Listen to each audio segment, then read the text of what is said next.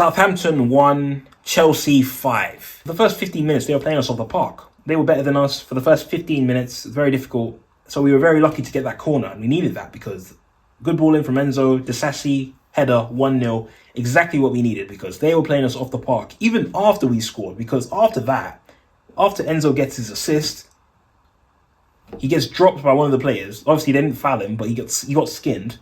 Then the player makes a pass. Gusto completely misreads it. I wish I could memorize the names of these Southampton players. I can't. I'm sorry. But the player's in on goal.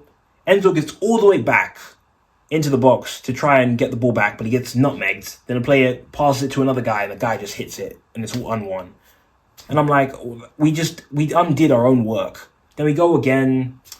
But luckily for us, Southampton this season, like they've made a lot of the goals they concede seem to be from them losing the ball in their own half. So that happened again. The goalkeeper made a pass, Madueke intercepts that, and then Kunku's right next to Madueke. Madueke passes to him, open goal, 2-1, thank you very much. And then later on, Madueke, who's done on goal, cuts in, as he always does, takes a shot, bottom corner, 3-1, thank you very much. Then it gets worse for Southampton, even though they still play very well throughout the match, because their captain gets sent off after pulling Kukureya's hair during a corner. And then the half ends, and I'm like, all right, at least we're 2 goals apart, so we can have a bit of breathing room. And the second half is a bit more like the first half, but Southampton still step it up. They don't really back down. Like their manager's set on playing one way, and fair play to him. He stuck to what he knew. And I was like, the first a couple minutes of the second half, like we had a lot of chances, and I was watching. I was like, why are we missing so many of these chances? Because it felt like we were playing with our food. We really should have scored a lot more. Even Noni came out saying, "Yeah, we should have scored more." And we should have because we were just playing with our food. But luckily later on, a pass goes to Nkunku. He's in on goal, and I thought the defender would get the ball, but luckily it didn't happen. And the ball's rolling in towards the goal, and then Palmer's just there and taps it in. And it's 4-1. And then later on, Sancho comes on, gets the 5th goal, which is great, because it was about time Sancho scored. Did I say Sanchez or Sancho? Sancho. Sancho finally gets the goal. His first goal for Chelsea, which is a great one. Top bins, near post, excellent. This is exactly what we needed. And it kind of just gave us some more breathing room, because before the 4th goal, things were getting quite tight. Even there were moments where we were caught out, and Southampton were trying to get us on the counter-attack, which nearly happened. And a great save from Jorgensen. And I thought they were going to get a penalty because there was a call for a handball, but that wasn't the case. But ultimately, both teams played very well. It was a great game of football. And the scoreline didn't really reflect the game as you'd think because, I think it wasn't as easy as you'd think. They played very well, but we should have scored a lot more goals.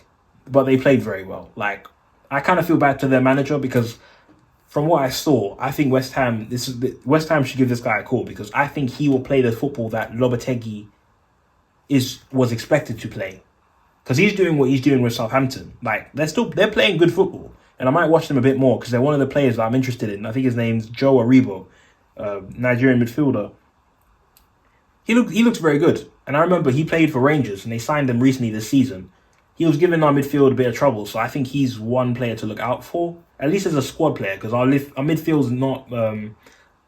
At times, our midfield lacks a bit of intensity, and now that we're playing a lot of games, like I don't think every single player in our main midfield is going to start every single game. So it is important to have, I guess, depth there, and we do have a bit of depth, but also in terms of like intensity, because at times our midfield can lack that. But in the last few games, we haven't, so it's very good.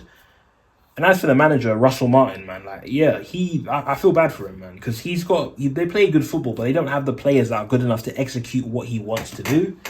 So it's just very unlucky. But as for us, again, we've gone from 3rd to 2nd in the table, and now next up we have Tottenham at the Lane. Well, I don't know what they call their new stadium. They've changed their stadium name. I don't know what they call it now, but we have Tottenham away. And yeah, they're playing tomorrow, so I'm gonna probably want to watch them and see what happens. I think they're gonna win, and I wouldn't even be bothered if they win the game tomorrow because that will give them more confidence. Then we'll go to their ground, beat them, and then it'll just be back to same old Spurs. So if they win against Bournemouth, I think they're playing Bournemouth tomorrow. That's not gonna bother me because then we go to their ground, beat them, then I can find every Tottenham fan I know and make fun of them.